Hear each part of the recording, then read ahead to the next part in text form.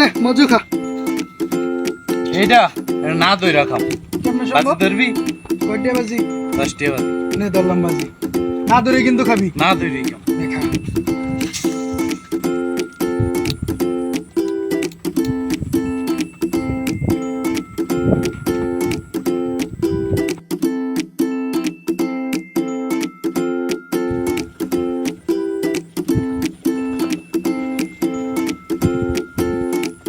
কই তুই তো আনলি, তুই তো দইরই খাইলি, না ধরে কেমনে খেলি?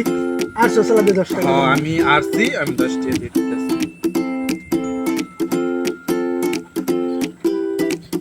ঠিক আছে আমি জিতে গেলাম।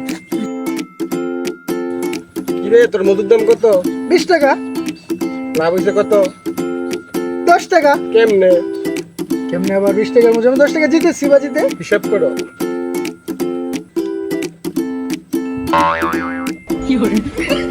10 টাকা লস।